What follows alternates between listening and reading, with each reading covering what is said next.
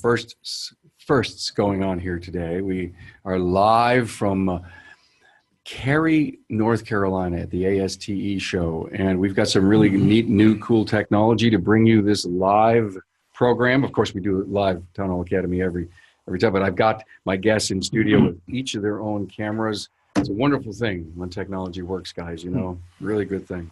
Well, welcome to episode 87. It starts in high school. Man, you know, we talk about this so much on the show, you know, the tech shortage, and so often we continue to talk about where does it really start. And, you know, I'm really on record to say it starts in middle school, guys, but, you know, I'll take high school. And thank you so much to Jasper Engines and Transmissions.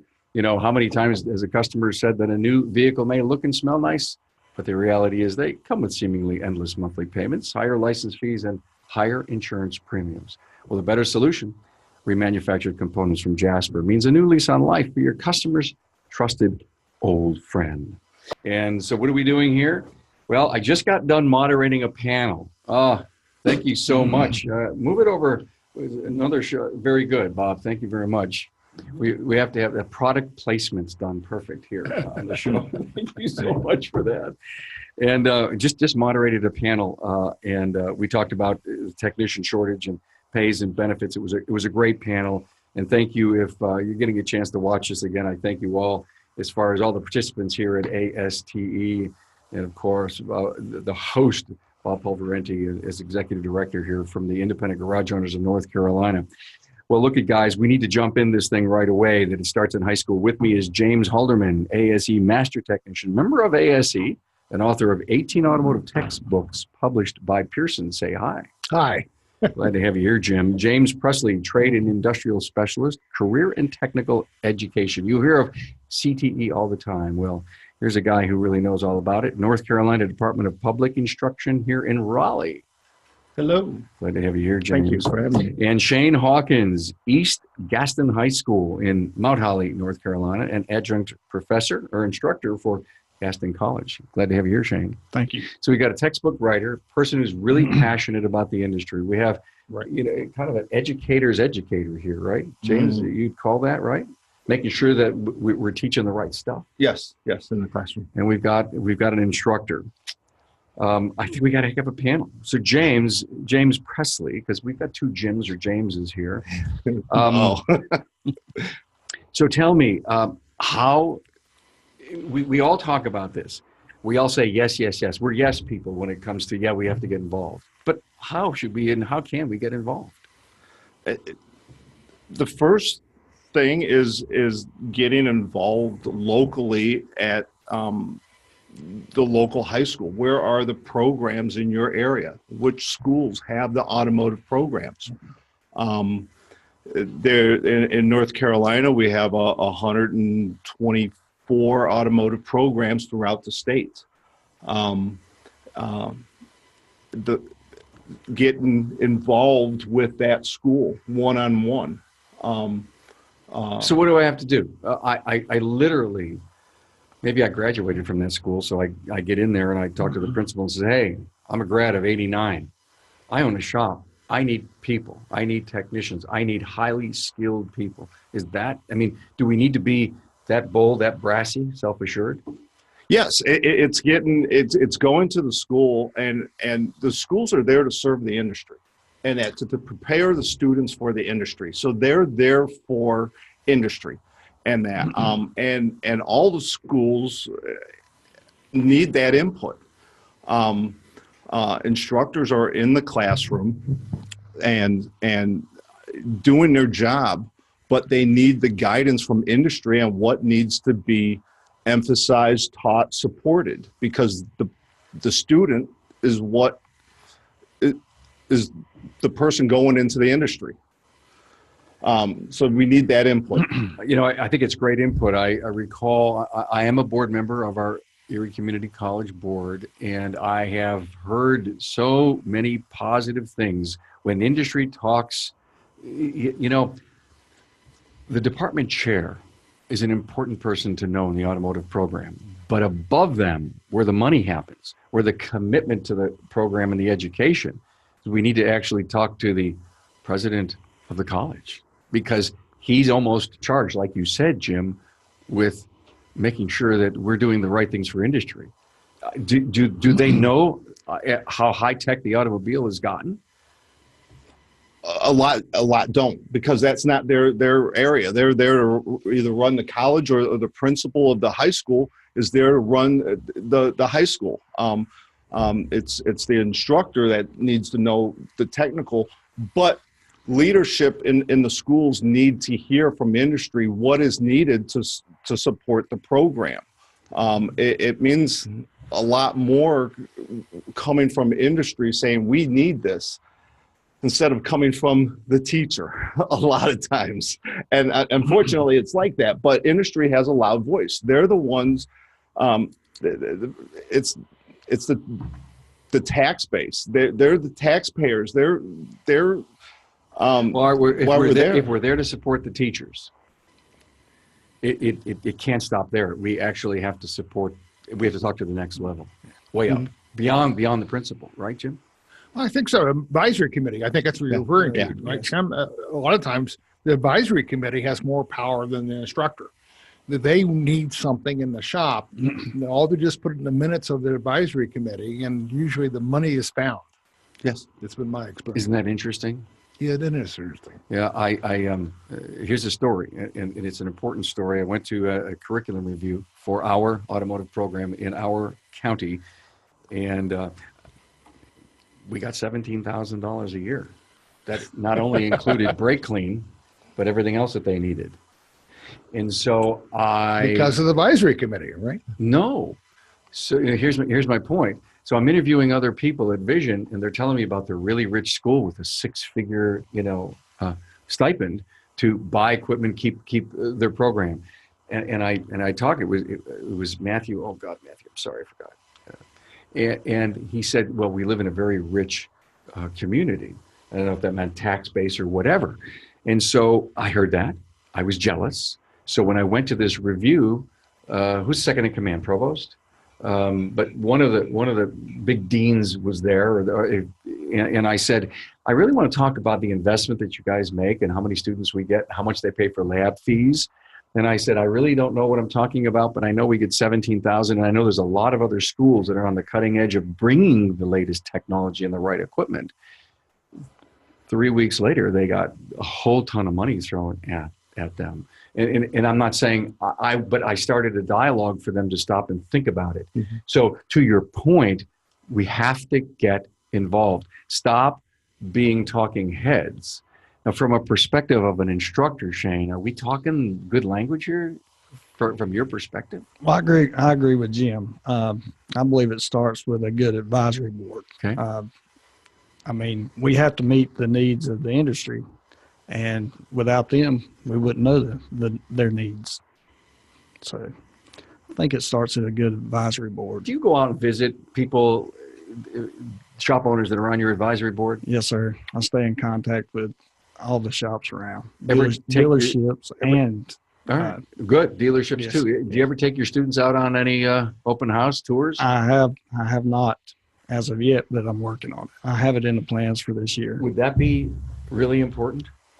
I think it is for that that first level student just starting out, taking that first course is getting out into the field and taking a tour of a shop.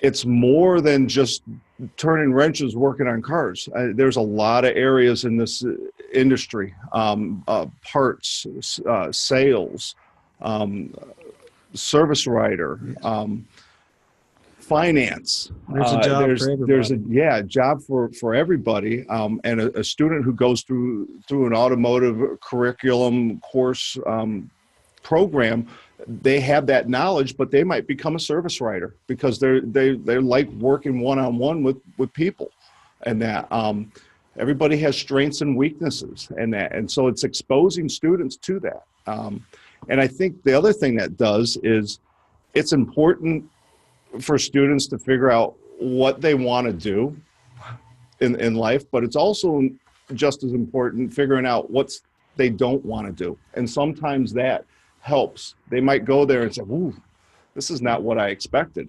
and and that's good too.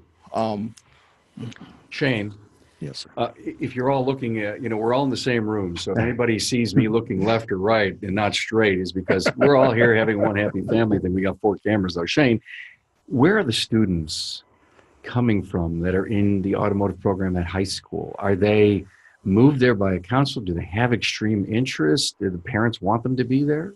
I think it's a mixture. The counselors place the students, but they get to choose on their enrollment card what they want to take.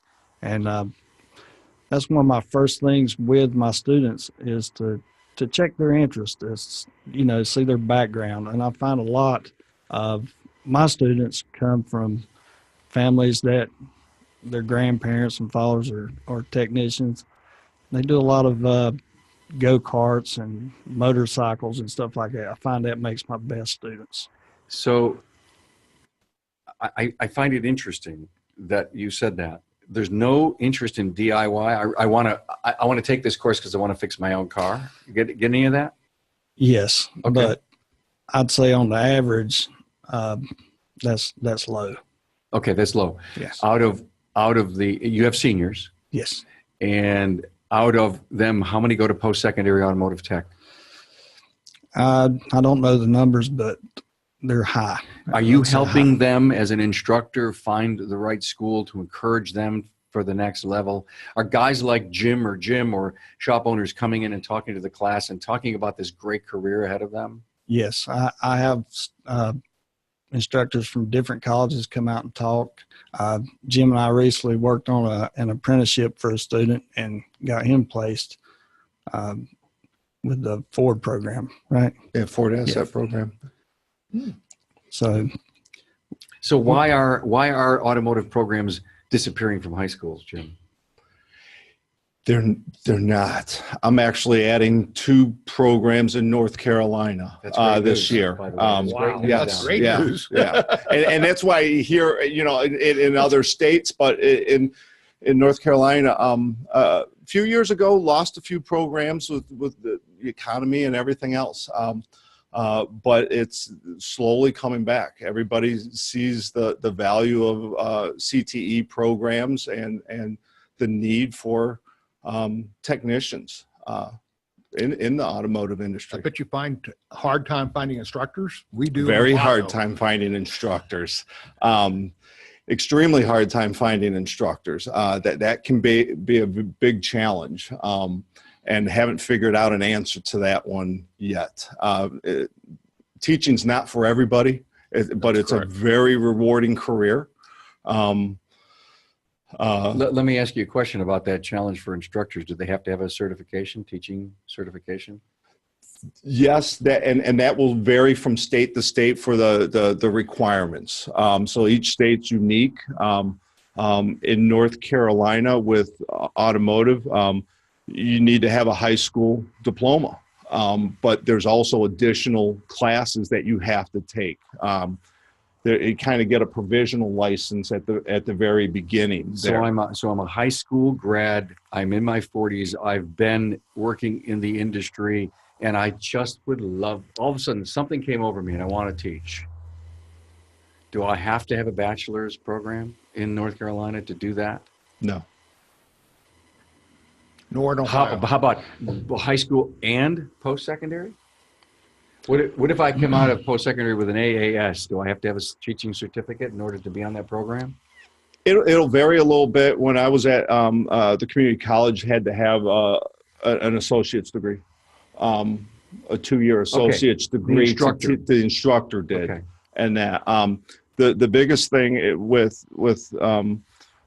CTE with the programs is that you have the technical background kind of a thing. You have to have 5-6 years of working on vehicles, in carpentry, in building homes. You have to have that technical background because that's what you're teaching. Then we bring those new teachers in, and there's some course requirements on how to teach and education and presentation. It's great to have an instructor here. I hate to put you on the spot, It's fine. but you know, when Jim Presley said, "Hey, I can have an instructor there," I just was all over that. And but we haven't had an instructor on any of my shows ever when we've talked about this, so it's really exciting to have you here, Shane. Equipment. Where, you know, if there was something on your wish list for your students, what would it be? I'm very fortunate. Our director takes care of our programs. Like I say, I'm going to go back to the advisory committee. We build on what they need. If they need students to do alignments, I got an alignment rack last year. Tire machines, balancers, scan tools. We have it all. So I can't really. How many students in your program? Depending on the level, the intro level, I generally get around 20 to 25 students. Wow. I'm impressed. Uh-huh. I mean, I learned how to cut wood in shop, right? I learned how to make rubber stamps in shop. I mean, maybe that's aging me, but wow, it was amazing how we learned that. But in your school for CTE, is automotive shop the only program like that, or are there others? There's others. We have electrical trades, nursing, foods, business, and stuff like that. And Jim, you're telling me that here in North Carolina, this is more the standard, because I know that in a lot of northern schools, you know, we hear it all the time. CTE is going away at high school. You do hear it, but we're lucky in that. Another thing with equipment and tools is in North Carolina, the State Board of Education requires that all our programs are ASE accredited. Used to be NATEP, but now kind of ASE accreditation. They have minimum requirements to attain that accreditation. The tools, tire machines, that kind of stuff, and that helps with funding our programs to be able to teach. And up in the north, we have programs called BOCES, where it's a cooperative group of high schools all sound. Do you do that here? Is it strictly shop class automotive in your high school? Are you talking about the CTE classes? Yes. Or? Are they inside the school, or are they in a center? Oh, they're inside the school. They're inside the school, so every Yes. school has their own program. yes, there are some career centers, and Okay. that where the outside schools feed that one career center. It varies a little bit, but the vast majority, I would say 80% of the programs are within that high school. I love it. Hey guys, I want to thank Jasper. You know, performance and reliability, that's what Jasper's remanufactured diesel engines provide mile after mile. Jasper's running complete engines are dynamometer tested with horsepower and torque ratings recorded. And there's a nationwide warranty included too from Jasper. Talk about dependable service. And thank you, Jasper, for bringing the Town Hall Academy each and every week free to the automotive aftermarket. And remember, this it'll be a podcast by next Wednesday. It'll be out on the World Wide Web for everyone to listen to. So glad to have Jim Halderman, James Presley, and Shane Hawkins here talking about it starts in high school. So let me throw this one other thing. You heard me open up, and earlier I said, but I really think it starts in middle school. Do you think I'm partly right? I would say in my class that it starts at home. I mentioned That's exactly right, by the way. Mm-hmm. Yeah, I mentioned that most of my students' interest drive them toward my classroom. So it starts at home. Okay. And how home in the north where I live, the lawyer, doctor, accountant, programmer, automotive technology. So what do we have to do? You know, you're a writer, textbooks. Yeah, but I started fixing lawnmower engines, when, Yeah, 14 years old, and bicycles and, that type of thing. From your perspective, what can we do as an industry to get the home talk focused on this high-tech job? I think one of the biggest things is counselors and parents realize that a technician today can make $50,000 a year. Yeah. And that just shocks a lot of people. And I'm sure you can attest to that too, right? Yeah. It's flat rate too. That's another total difference, not by the hour. It's by you have to be productive. Well, and that makes you have to be efficient. And that's good too. Yeah, we've talked so much on the show about, the investment in tools. That's a challenge. Right. The image of the industry and some of the pay at the independent side. And that here's a stat that I've heard, post-secondary, 2 years later, the churn's almost 40 to 50% and they're out of the industry. So they're not loving some of the things that they were set up to do. So I really do think post-secondary has to do a lot more about career development, not just teach the technology. Does that idea lend itself to things you're working on here in North Carolina? Well, in North Carolina, with the middle schools, we're working on developing courses for in the middle schools to expose the students to the various CTE careers. Job shadowing. There's some of them out there, and there's already some courses there. But specifically with the trades and industry. Working on developing courses because it does start in middle school. Yeah. And it does start at home too. Yes. And we need to support the counselors. They're the ones who do have a lot of contact with students, and they need to help understand the career because they're placing those students in those courses. Personal experience. I went to Guilford Tech, and I love math. I'm not great at it, but I like it. And I was going to go into accounting, and I was talking with the counselor there. And I'm good with my hands, and I always liked to work on cars and that. He guided me away from accounting and towards the automotive industry, and that's got me here today. And that was a college counselor. And so you never know, but I think we need to support the counselors a lot better. How do we, we're industry, we're talking to industry. How do we do that? Two things. Do you like cars and do you like computers? Think about this. Today's is more scan tool than actually bolting nut turning anymore. It's reprogramming. It's understanding how the system works and bidirectional controls and everything else, as you're finding out with your scan tools and your students. So if they like computers, and a lot of people do, and then like mechanical things, the automotive is a perfect marriage of those two interests. So we're kind of being lazy. We know all this technology is coming at us lightning speed. We heard Chris Chesney talk here in the roundtable we had just a half hour ago about the scary part of how fast tech and ASE is coming at us, and the respect we need to give it, and that knowledge, that passion should turn into a dialogue to the principal, to the superintendents, to the counselors. It would be so bold as to who's going to fix these advanced driver assist systems tomorrow? Yeah, well, all we have. I think that the opening line is, listen, you need your car in order to, come here and do your job as superintendent. Yes, I do. Did you ever have to have an electrical problem fixed? I mean, I think superintendents realize that there's a career technology education gap, but if as you said, if industry doesn't push it, the funds aren't going to be there. The commitment's not going to be there.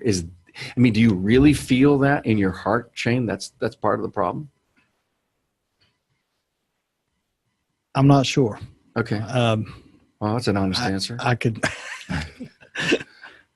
see where it would be. So you're really saying to the industry, get off your butt and get out there and talk this thing up. You said it. I'll agree. It's getting involved. It's getting back to getting involved with the school. The great friend of mine, Tom Richardson with ASE, and that says it's all about relationships. And so it's establishing during the panel this morning. Jim, one of the panelists, says it's all about relationships, relationships with your employees, and then, you know, relationships with your school.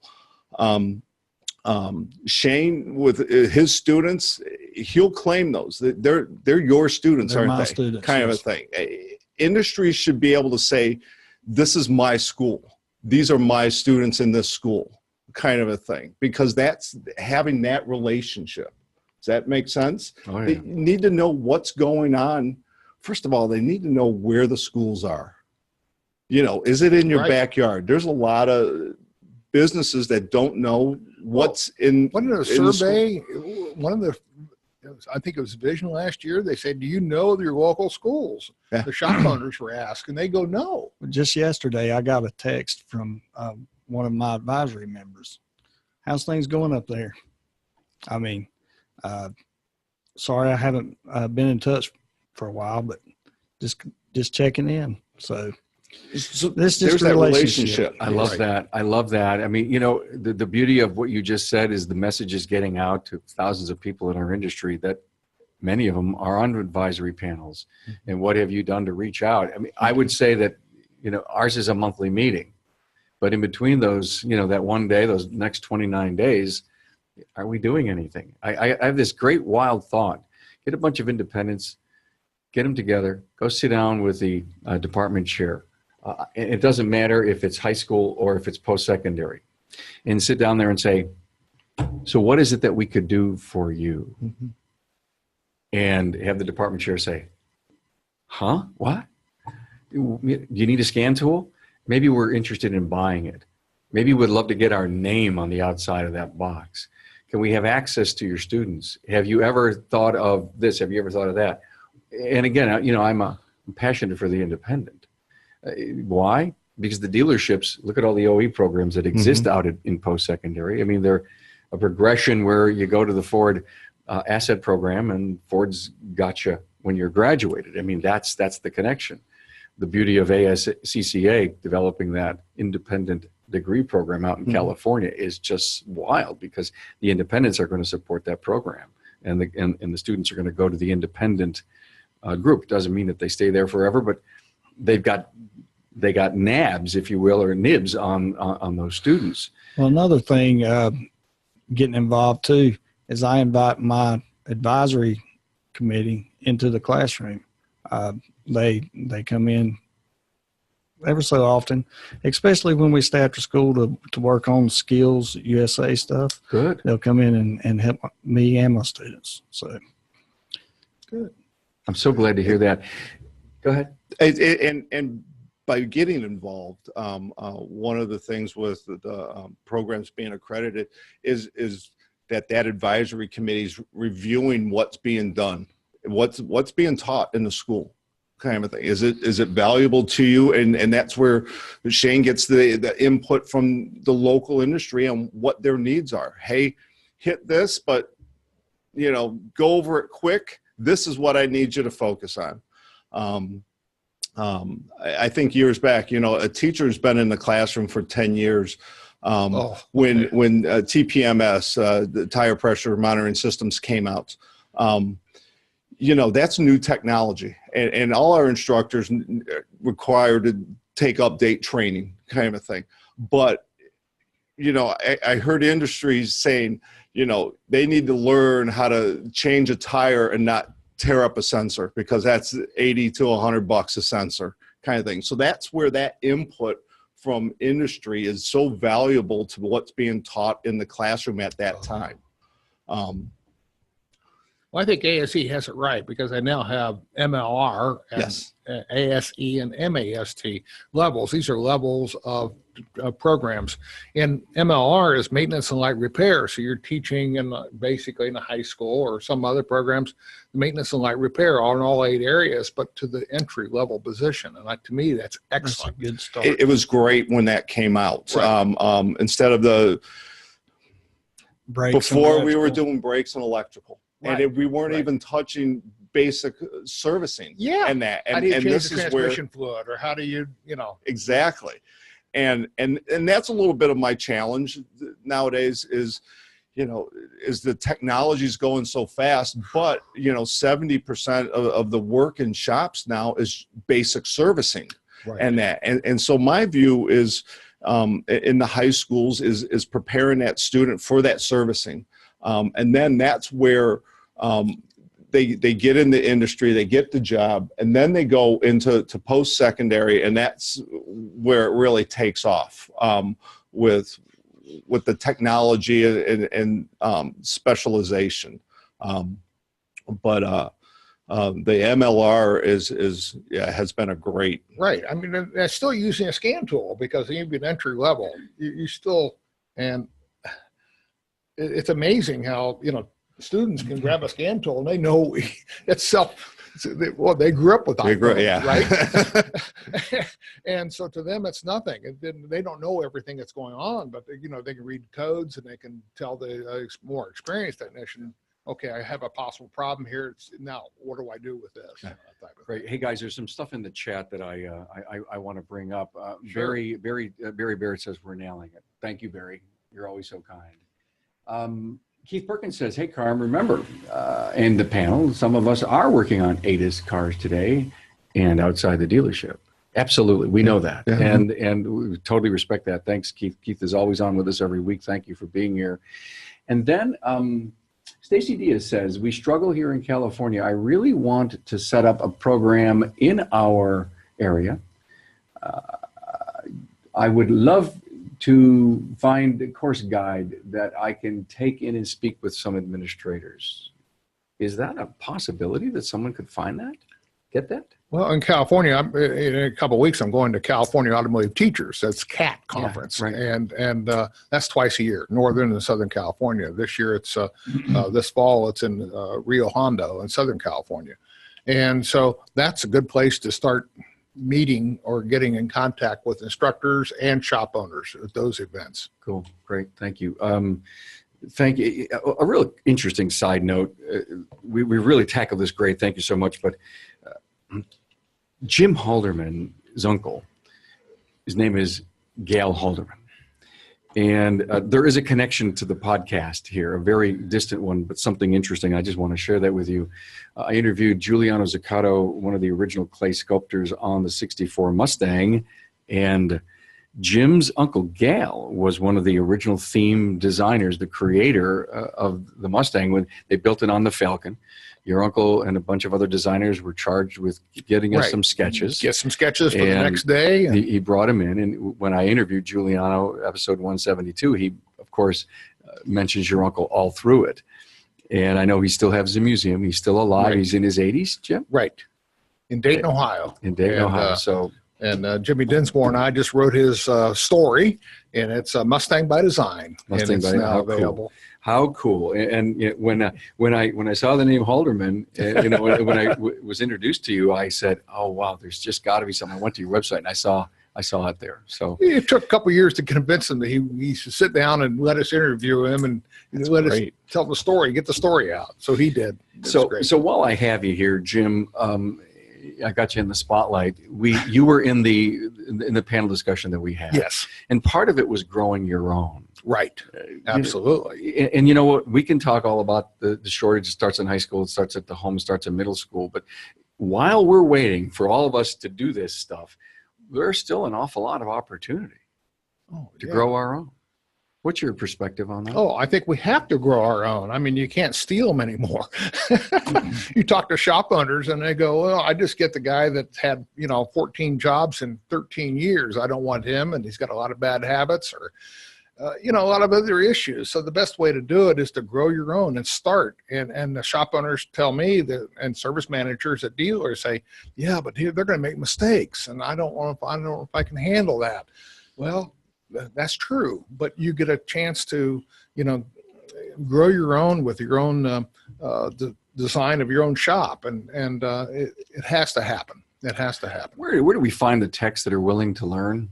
These young people.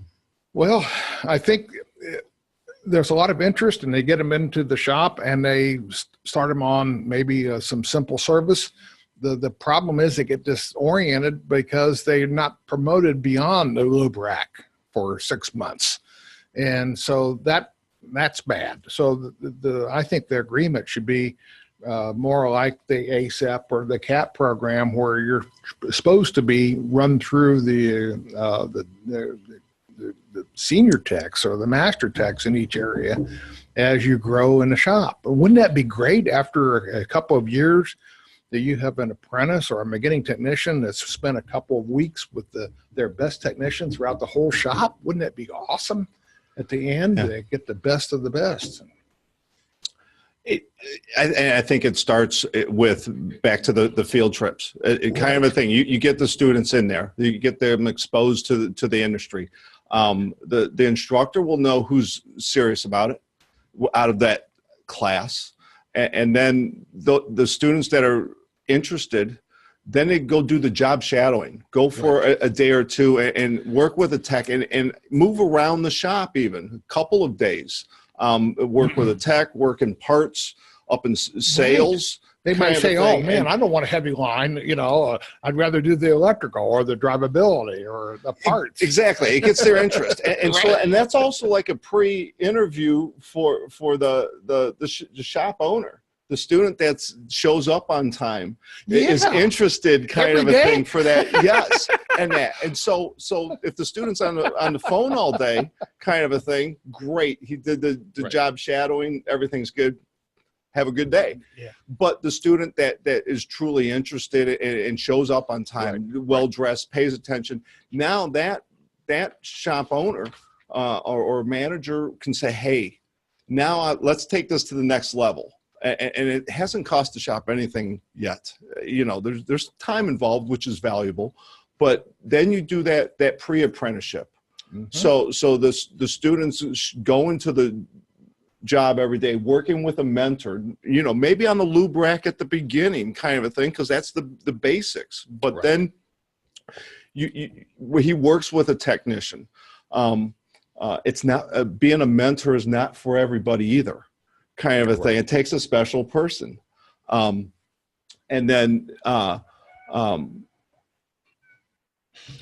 so after that pre-apprenticeship, then it's going into the community college post-secondary to the apprenticeship level.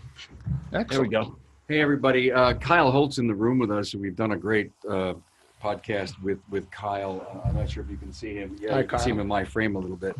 And you just mentioned mentoring. You don't have anything to say about that, do you? Well,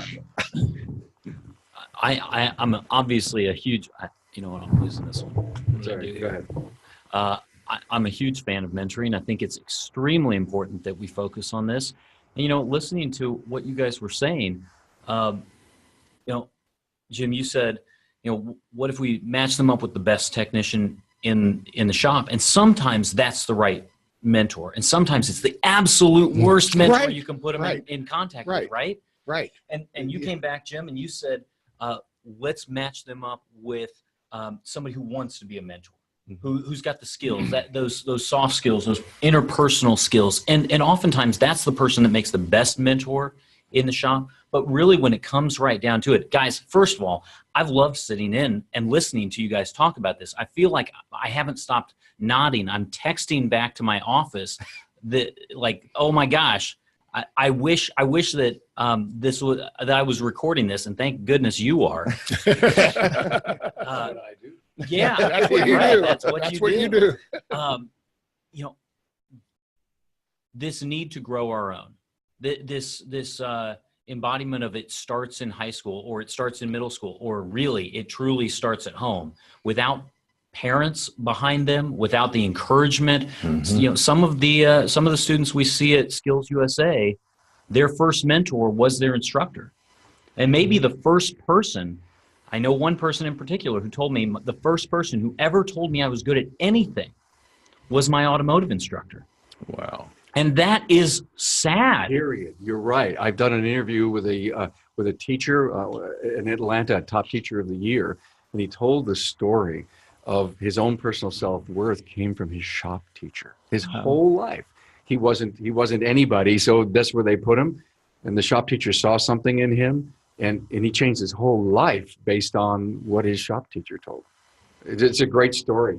a great story. I think if I can remember the name, I'll tell you all in a minute. You stay right here. So Kyle's in the room with us, and I just had to bring you in because I just kept hearing the words mentor, and I know you're passionate about mentoring. To add to the build your own, yeah, talked to a dealer within the past 2 weeks. They were talking about the struggles they were having getting techs to work, but they don't have any of my students placed. The reason being is because they say because of the insurance on young students. So here's what happens, and I explained to him what I thought was happening, was these students or kids are going out and getting jobs at other places when they're young. And then 22, 23 years old, they come back to these dealerships and they've been exposed to other habits or other ways of doing things. And it's hard to break those habits. I told him, I said, you're going to have to start getting these students young, training them the way you want them trained, and you'll have good techs. Hey, I just want to make another comment, guys. Keith Perkins came back and he said, hey, listen, we need a need for ADIS information. And in fact, it was really interesting what Chris Chesney said in the last, the roundtable that we had out for all the attendees here. He has a very profound feeling with ADIS, and it just hit him. He said in the last 2 or 3 weeks, and it's like this, we need to stop talking about it because it's here. And, he's focusing the training that they're doing at CTI on the kind of information, but he made this great point, and his point was, gentlemen, it's not going to be like we used to fix cars and we had the assumed knowledge that this is how you fix it. He says you have to read the technical information if you want to go anywhere with it. So that's the commitment. By the way, Keith Perkins says, we just started a high school intern program, and we will have a student every day through the school year and summer, at least 2 hours a day. We are developing a toolbox for them to use, maintain tool control, daily shadowing a tech. Isn't that awesome? Impressive? Yeah, that's great. Yeah, That's great. Yeah. So there's a challenge to the industry. I think we all need to do this. And back to the insurance part of it, I have a view where there's a will, there's a way, kind of a thing. It's easy for shops to say, insurance isn't going to let us. And that's generally not true. Under 18, students can work in shops. But it needs to be a structured program where they are working with a mentor. They're not yet their customer's car, right? That type of thing. And there are some restrictions in that. But the shops that are doing it, they're getting those students early, and they are forming them to how they want them. Is that student going to stay there for the next 30 years? Realistically, probably not. People are moving in jobs. Every so many years. But starting them out early, you're forming that student how you want that. And I think when we were all technicians, you remember that first shop that you worked at, and it's kind of near and dear to your heart, most likely, kind of a thing. Your point is so well taken. Many of the leaders of our industry say, I want to help. I know I may not have this person forever, but I want to give this person a great start. Yeah. The excuse that says, if I train them and they leave, is wrong. And we have to, and I loved your point. You always remember your first shop. Well, there's always got to be your first date, your first shop, your first car, your first house. And many people look back and say, I don't have any of that anymore. But I started somewhere, and somebody gave me a shot. Maybe it was the bank that gave me the money. Maybe it was the girl who said yes. You get the drift. We have to, and to your point, we have to stop the excuses. Yeah. Because when I heard that, I chuckled because it's just another excuse. It's just another excuse. Yeah. Hey guys, your customer's old engine or transmission's going to wear out, guaranteed. You know how old the cars are today, right? And especially I'm down here in South, 20-year-old cars, right? And when that day comes, Jasper will be the name to remember. Jasper's remanufactured products cost considerably less than a new vehicle, so it just makes sense to choose Jasper for your customers' drivetrain solutions. Thank you, Jasper, for your support of the Town Hall Academy. Hey, thanks for, you stay right here because I'm going to give you one of the last words. Thank you. I'm so glad you, on the spot, you came in, Kyle. So let's go around the room. I know we covered an awful lot of areas. This was an important discussion to have. So glad you were here. Shane, I'll ask you to go around, we're going to go around the room. Any final thoughts? Final thoughts, as James stated, get involved. I think that's one of the best pieces of advice. Cool. Thank you. How about you, James Presley? It is get involved. Selfishly, you get involved. Shane's going to know the students that are excelling in the classroom by having that relationship back and forth and supporting the programs. If you sit back and not involved with what's going on with the programs developing the students that you're going to end up hiring, you have no control, kind of thing. So it's get involved. Not only do you need to be a good leader and run a great business, you have to be involved in the educational process today. You can't abdicate it to anyone. I can't give it to you. I can't give it to you. I can't give it to you. You have to be engaged. You have to add one more duty to your role as CEO in this industry. Well, also sometimes the CEO doesn't have the time. The shop owner doesn't have the time. But who in that shop wants to get involved? Delegate kind of a thing. Delegate it. That tech. The tech that, hey, I'll go help and be on the advisory committee of the school, kind of a thing, and I'll bring the information back. So it's not always the owner. It might be the tech or another person in there, and it's just getting involved. Great point. Kyle Holt, last word. So Carm, first of all, thanks for bringing me in at the last second. Impromptu. That's right. That's right. Well, we are piloting a mentoring program here, and we're trying to help make it something that is more systematic for the shops to utilize. But I would say that if I was going to leave with one last piece of advice, it's get involved with the students early. Get the students into your shop, just like what we were talking about, that you can bring a student in when they're under the age of 18. You don't have to wait until they're over the age of 18. Let's get them involved early with the right first employer and help them stay in the industry by training them. Thank you, man. Kyle's going to be with me on the Apex panel that we're going to have at Apex. That's great. I'm really excited about that. Career pathing for technicians. Excited about that. Guess what, James? I'm the last one, you have right? the last word. I'm an education guy, so I think that the continuous education. Think about this. It doesn't stop in high school. It continues to go on. Look at all the technicians and shop owners that are here this week for this training. It's continuous education. So I think the students have to know, the shop owners have to know, and shop owners and instructors can get together and say, hey, I'm going here. Will you want to go with me and share that training experience? I think it's a great way of building a bond. Well said. Thank you. Everyone here. James Halderman, ASE Master Tech, a member of the of SAE. God, that's really a cool thing to be involved with. SAE, author of 18 automotive textbooks.